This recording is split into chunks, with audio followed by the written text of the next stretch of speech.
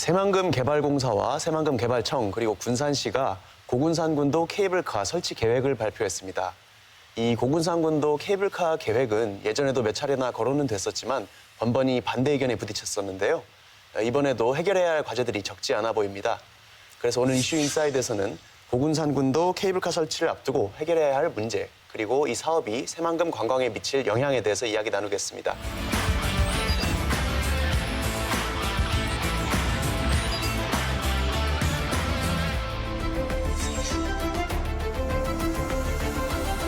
일단 고군산 케이블카 사업 이야기는 들었는데 어느 정도 윤곽이 드러났나 봐요. 좀 언제 어디에 설치한다는 계획인지요? 네, 작년 12월에 저희가 기초 타당성 용역을 마쳤습니다. 그래서 용역에서 아주 기본적인 사안을 이제 검토를 해서 노선이라든가 이런 부분들을 이제 계략적으로 도출을 해냈는데요. 네.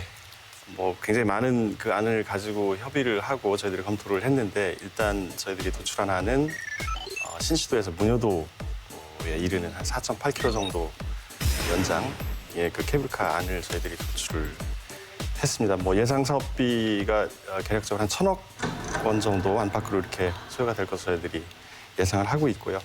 만약에 이제 문제없이 잘 착수해가지고 저희 계획대로 진행이 된다면 한 2024년 정도에 저희들이 준공을 할 수 있을 것으로 그렇게 생각을 하고 있습니다. 그렇군요. 작년 6월이었나요? 그 사업 협약식도 하면서 이렇게 조금 물살을 타기 시작한 것 같은데 그 당시까지만 해도 노선이 구간이 확정이 안 돼 있었던 것 같습니다. 제가 알기로는 1안부터 4안까지를 두고 검토를 한다고 했는데 최종적으로는 지금 신시도와 문효도 이 구간이 4.8km 구간이 확정됐다고요? 네. 그래서 궁금해 하시겠지만 저희들이 이제 환경 문제라든가 아니면 그 지역에 지금 거주하고 계시는 주민들의 어떤 생활에 불편함을 초래하지 않는 것, 또 어떤 프라이버시 문제라든가 또 바다 위에 양식장 이런 부분도 저희들이 침해하지 않고 훼손하지 않고 하는 것 여러 가지 검토를 했을 때 신시도 문효도안이 가장 적합하다라고 저희들이 판단한 거죠. 네. 이게 전부 공급자 입장에서만 여러 가지 대안들을 놓고 가장 최적안을 아마 도출을 했을 겁니다. 용역을 통해서. 하지만 공급자가 아니라 이용자, 수요자들의 관점에서 봐야 되지 않을까요 싶어요. 왜냐하면 고군산 군도가 신시 야미지구에서 시작해서 문효도, 장자도, 선유도, 말도까지 쭉 이렇게 군집을 형성한 섬의 형태로 돼 있단 말이죠. 근데 지금 현재 제일 최적안이라고 얘기하는 신시도와 문효도는 가장 가까운 섬이고 또 도로가 아주 잘 이렇게 현재 만들어져 있고 그러면 선유도는 어떻게 갑니까? 선유도를 가는 분들은 어떻게 케이블카를 이용해야 합니까? 문효도에서 선유도까지는 어떻게 관광객들의 동선을 만들어줄 것인가?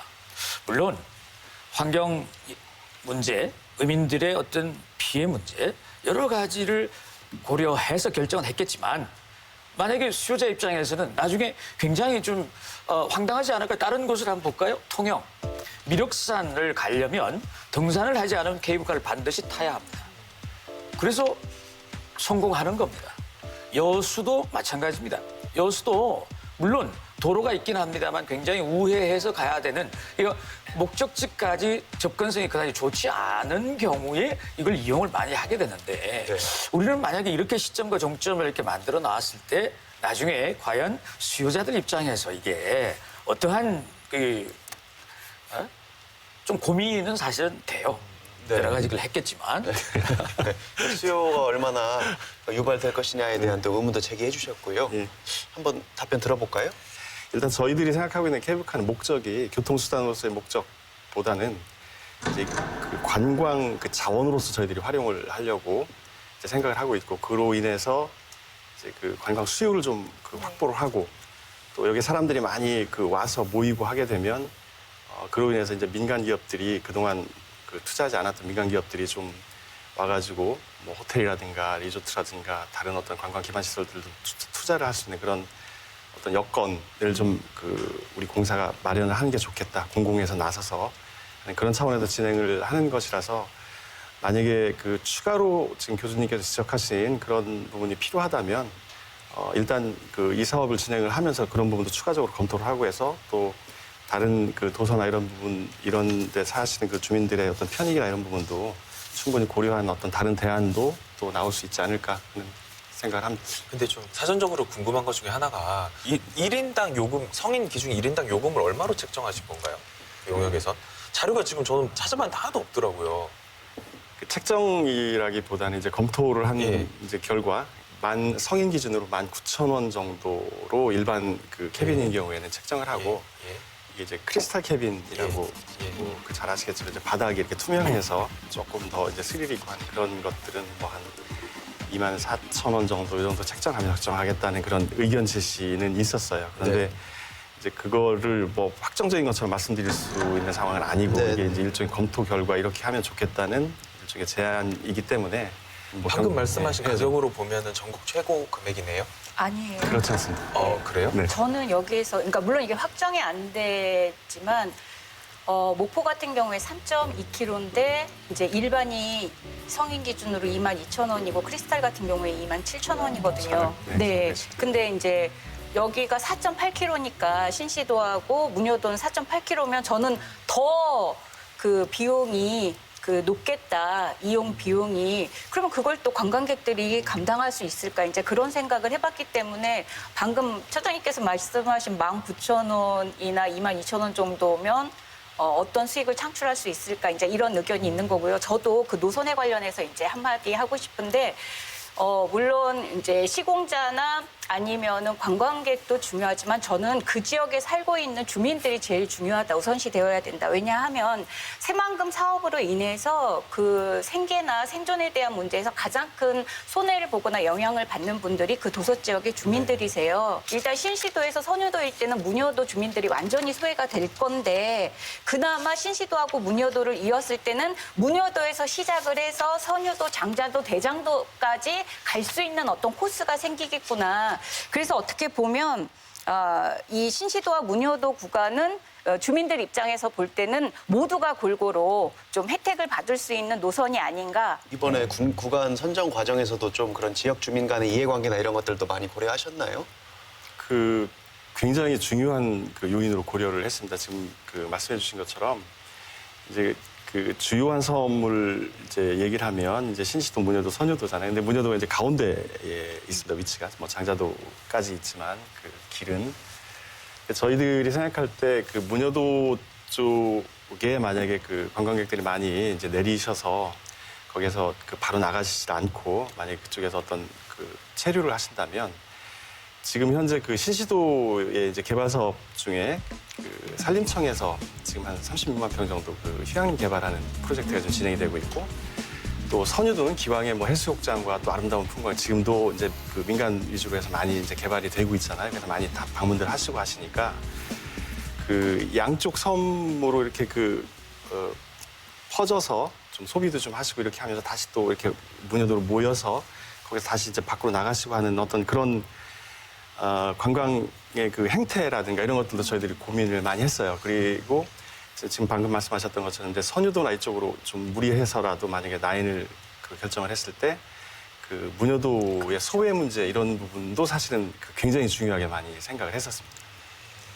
아니, 선유도가 이미 가장 많은 관광 시설들을 보유하고 있고 식당들도 마찬가지고 그쪽하고 연결을 하지 않는다는 것이 방금 우리 소장님께서 문효도를 중심으로 양쪽으로 이렇게 자연스럽게 펼쳐지는 관광객의 행태라고 말씀하셨는데 그건 잘못 판단하신 거 아닌가 싶어요. 왜냐하면 케이블카를 타고 오시는 분은 차량이 없잖아요. 네. 그 종점부에서 선유도를 접근한다든가 종점부에서 뭐 신시도에 그 휴양림을 접근한다든가 할 때 이 부분에 대해서는 내린 분들이 이용할 수 있는 내부 그 육상 트램 같은 것들을 시와 같이 공조를 해가지고 저희들이 마련을 해서 뭐 그 셔틀처럼 버스 형태로 네, 그 노면대. 휠 형태로 있어서 이게 뭐 저희들이 이제 쉽게 이해하면 시내버스처럼 네. 이렇게 이제 셔틀버스처럼 이렇게 하는 그 트램도 있습니다. 2개, 3개 연결해서 그래서 그 관광 자원으로 활용할 수 있도록 그 트램을 만약에 필요로 하다면 이걸 뭐 저희 공사가 이제 같이 할 것인지 아니면 시에서 기초 인프라 차원에서 고민을 해가지고 할 건지 뭐 이런 부분들이 교수님께서 협의하고 있고요. 이제 여러 가지 지적을 해주셨는데 네. 예를 들면 뭐 찻길이 충분히 잘 뚫려 있는데 누가 굳이 돈 내고 케이블카를 타겠느냐라든지 타는 사람은 있겠죠. 아니면 뭐 매력이 없다 이거죠. 종착지에 가서 또 불편하다든지 이런 그 지적을 해주셨는데 좀 큰 맥락에서 보면 정말 케이블카가 이 지역에 사업이 필요하냐 또 만약에 만들어졌을 때 관광 자원으로서의 얼마나 타당성과 경제성이 있느냐 이런 맥락에서의 크게 문제 제기라고 보이거든요. 그래서 그 부분에 대해서는 연구 용역 결과도 저희가 듣고 싶지만 다른 일반 시민분들 의견도 좀 들어봐야 될 것 같아서 그러니까 예를 들어서 그런 거예요. 지금 통영이 그 미륵산 케이블카가 2008년도에 대박을 일단 친 다음에 2014년도에 여수, 2017년도에 부산 송도, 강원 삼척, 2018년도에 경남 사천, 2019년도 경북 포항, 목포 이렇게 생겼습니다. 지금 준비하고 있는 게 화성, 강화, 태안, 보령, 고성 이렇거든요. 지금 이게 옆에 치킨집 하나 만드니까 잘 되니까 옆에 치킨집 하나 더 만드는 거고 뭐가 다른지 모르겠어요, 사실. 그러니까 예를 들어서 이런 겁니다. 지금 크게 전국적으로 해상 케이블카가 인기가 엄청 좋은 데가 통영, 여수, 목포거든요. 그런데 지금 관련 자료를 보면 여수 같은 경우는 평일 기준으로 했을 때 낮에 그 케이블카 탑승률보다 밤에 탑승하는 율이 더 좋다고 하거든요. 그 이유는 이제 뭐 여수 밤바다 때문이죠, 네, 사실. 네. 근데 목포 같은 경우도 사람들이 해상 케이블카를 타고 오시는 분들은 유달산에 가는 것도 좋지만 거기 목포 대교 야경이 그렇게 좋다고 많이 얘기를 하십니다. 그러면 이게 지금 방금 말씀하신 것처럼 데이트나 관광 자원의 하나로 지금 활용이 되고 있다는 거거든요. 그러면 우리가 지금 이 생겼을 때 이 고군산이 부산, 송도, 통영, 여수, 목포와 같은 똑같은 컨셉으로 갈 것인가에 대한 약간 의구심은 들거든요, 지금 이게. 그러니까 저도 전국적으로 유행이구나. 그런데 이미 이제 사업을 시행한 곳의 자료들을 보면 2018년, 2019년 기점으로 해서 이제 이 이용객 수가 감소가 되거든요. 그래서 벌써 이제 다른 지역에서는 걱정의 목소리가 크고 그렇죠. 이미 이제 운영을 의 흑자나 유지를 하는 것보다는 적자를 보는 곳이 많고 또 그거에 대한 대책 마련 때문에 지자체가 지금 힘들어하고 있는데 사실 어떻게 보면 우리는 약간 뒤늦은 편이잖아요. 그래서 이제 지금부터 시행을 해야 되는데 노무사님 말씀하신 대로 과연 통영 놔두고 목포 놔두고 여수 놔두고 또 부산 송도까지 다 타보신 분이 굳이 고군산에 와서 다시 케이블카를 탈 만한 어떤 컨텐츠가 우리한테 있는가? 그게 없다면 우리는 어떻게 보면은 막차를 타고 수익도 창출하지 못한 채 지자체에서 어떤 부담만 갖게 되는 거 아닌가? 이런 걱정이 솔직히 들거든요. 근데 제가 노선을 갖고는 좀 말씀을 드렸지만 네. 가까운 태안, 보령도 지금 방금 말씀하셨다시피 케이블카를 준비하고 있어요. 근데 왜 또 고군산에다가 또 케이블카냐? 막차를 타고 들고 다니러 가는 것이 아닌가 염려는 되시겠지만 저는 조금 다르게 생각하는 것이 뭐냐면 이 새만금이라는 지역은 사실은 특수한 지역이잖아요.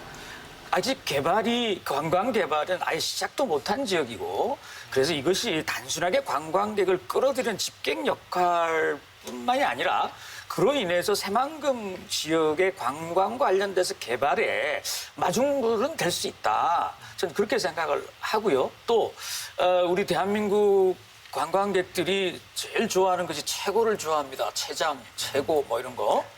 그래서 지금 만들면 최장이에요. 그럼 일단 기본적인 수요는 확보돼 있다.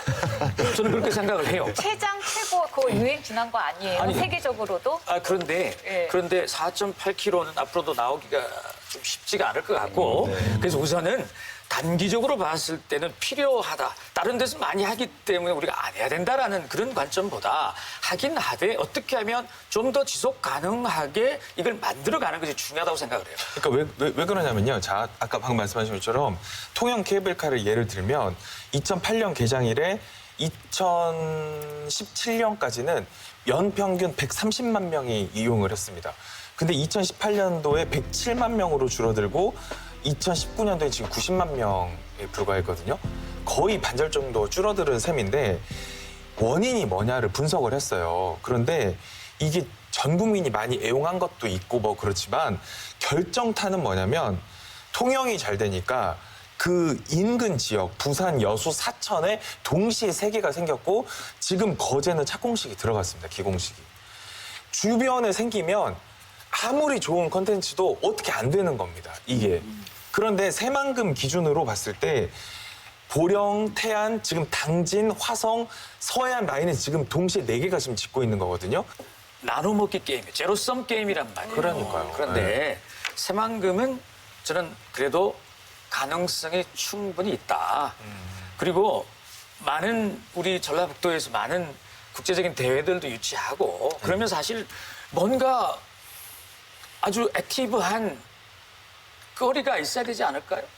지금 우리 새만금 같은 경우에 이제 그 전문가들께 이제 저희들이 자문도 좀 많이 이제 구해보고 이렇게 하면 일단 아직까지는 그 관광 수요를 확보하는 데 있어서 케이블카처럼 효과적인 수단은 아직까지는 없는 것 같다. 숫자로 봤을 때 가장 그래도 효과적이라고 볼 수가 있다는 의견들이 있으시고 그 서해안에 지금 이제 개발이 추진되고 있는 케이블카 몇 개 있긴 한데 이게 지금 사실 개발이 될지 여부는 아직은 그 확정적으로 말씀드리기는 좀 어려운 상황이에요. 추진을 하고 있는 건 맞지만 그런데 새만금 같은 경우는 조금 다르게 보시는 게 이 남해안 쪽은 사실은 수도권이나 이쪽에서 접근이 어렵습니다. 당일로 가는 게. 그러니까 케이블카를 타러 뭐 부산을 간다든가 케이블카를 타러 여수를 간다고는 할 수가 없어요.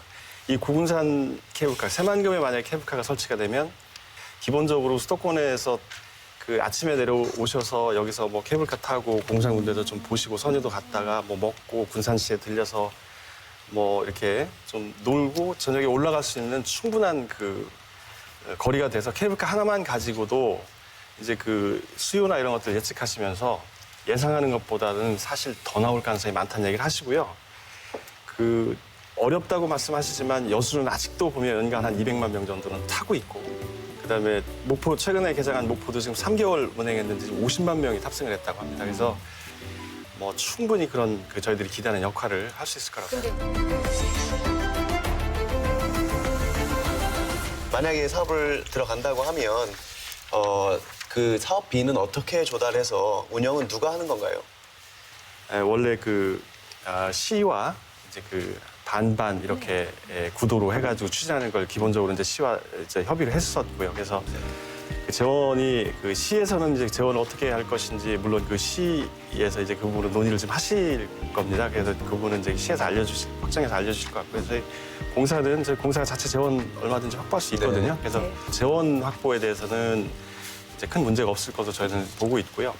이제 그리고 그 운영 부분은 이제 아무래도 만약에 시와 저희 공사가 한다고 하면 이제 공공에서 운영을 뭐 전문성을 가지고 가기는 어렵고요. 그래서 저희들이 이걸 뭐 그 전문적으로 할 수 있는 어떤 인력을 저희들이 뭐 뽑아서 어떤 사업 법인에 내재화시켜서 운영하는 방안도 검토해 볼 수 있을 것이고 아니면 비용이나 전문성들을 고려해서 전문적으로 운영을 할 수 있는 어떤 그런 전문 기업이 있으면 그런 쪽에 뭐 위탁을 준다든가 해가지고 또 운영하는 방안도 검토해 볼 수 있을 것이고. 저희가 이제 또 하나 큰 걱정이에요. 그러니까 지금 이제 그 송도나 여수 같은 경우인데 이제 송도 같은 경우에는 100% 민자 사업이잖아요.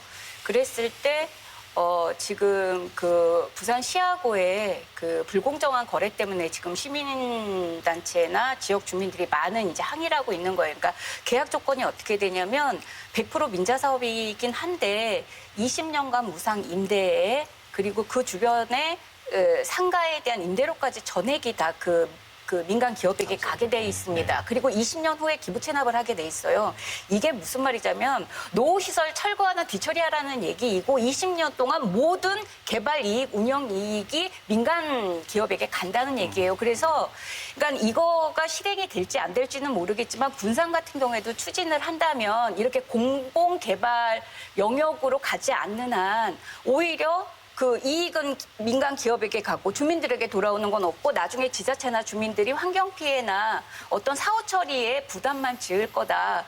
그래서 이제 저 같은 경우에도 만약에 할 때 하더라도 이거는 공영개발 쪽으로 가야지 민간에게 위탁이나 민간 기업 주도로 가게 되면 아무래도 이 사업은 우리에게 뭐가 득이 될까? 오히려 특혜 시비만 계속해서 일어나게 될 거다. 그런 생각이 들더라고요. 군산시에서는 좀 그런 공영성 제고 차원에서 뭐 시민 펀드라는 방안도 얘기가 나오지 않았습니까? 최근에 뭐 가능성이 있는 건가요? 제가 보기에 시민 펀드를 만들어서 한다는 것은 쉽지는 않을 것 같고요. 왜냐하면 저는 기본적으로 저도 공영형 개발 방식에 동의를 하고요. 시민들은 사실은 직접 투자를 하기보다는 개발의 효과를 시민이나 지역 주민들이 가져가는 형태만 되는 것이지 네. 굳이 사업을 추진하는 과정에서 제가 보기에는 시민 펀드를 모은다는 얘기는 아주 그 그림을 이쁘게 그리려고 하는 것 같아요. 근데 어떤 사업이나 사업의 주체들이 너무 많고 다양하다 보면 사업을 하기도 어렵고 지속적으로 관리, 운영하는데도 많은 의견 수렴 과정에서도 애로사항이 있을 것이다. 그래서 이것은 통영의 사례처럼 공공개발이 공공에서 재원을 부담하고 특수목적 법인을 만들어서 운영을 하고 있지 않습니까? 그처럼 제가 생각할 때 새만금개발공사에서 주도적으로 이 사업을 하는 것이 저는 가장 합리적인 방법이 아닐까. 저 개인적으로는 그렇게 생각이 듭니다. 그 통계를 보면은 통영 케이블카 같은 경우는 지금까지 173억을 통영시에 현금 배당을 했거든요. 네. 그러니까 이런 것처럼 통영시가 출자한 공사니까 통영시 현금 배당하는 건 당연한 겁니다. 그럼 앞으로 새만금과 관련된 관광 레저는 누구 하나 딱 끌고 가는 모습을 도민들 입장에서는 봤으면 좋겠는데 이게 중구난방이 되지 않았으면 하는 바람이거든요. 그리고 아시겠지만 여수 같은 경우에는 3%의 어떤 기부를 하기로 해놓고 3%를 기부를 하지 않아서 현재 20억 정도가 밀려 있는 데다가 오히려 이게 부당한 협약이다 해서 이 기업이 시에다가 지금 소송을 제기하고 있는 상태라는 거죠. 그래서 민간보다는 공용으로 가고 공용으로 가더라도 실제로 이런 이제 통영의 사례처럼 그 순수한 배당의 이익들이 주민들에게 갈 수 있는 방안들을 적극적으로 모색하셔야 될 것 같더라고요. 네. 이번 사업도 사실 군산시 새만금개발공사, 새만금개발청 이렇게 여러 기관이 얽혀 있는데 방금 노무사님이 지적해 주신 것처럼 주도적인 사업 주체가 뚜렷이 하나가 나서지 않다 보니까 좀 사업이 복잡해질 그런 우려는 없나요?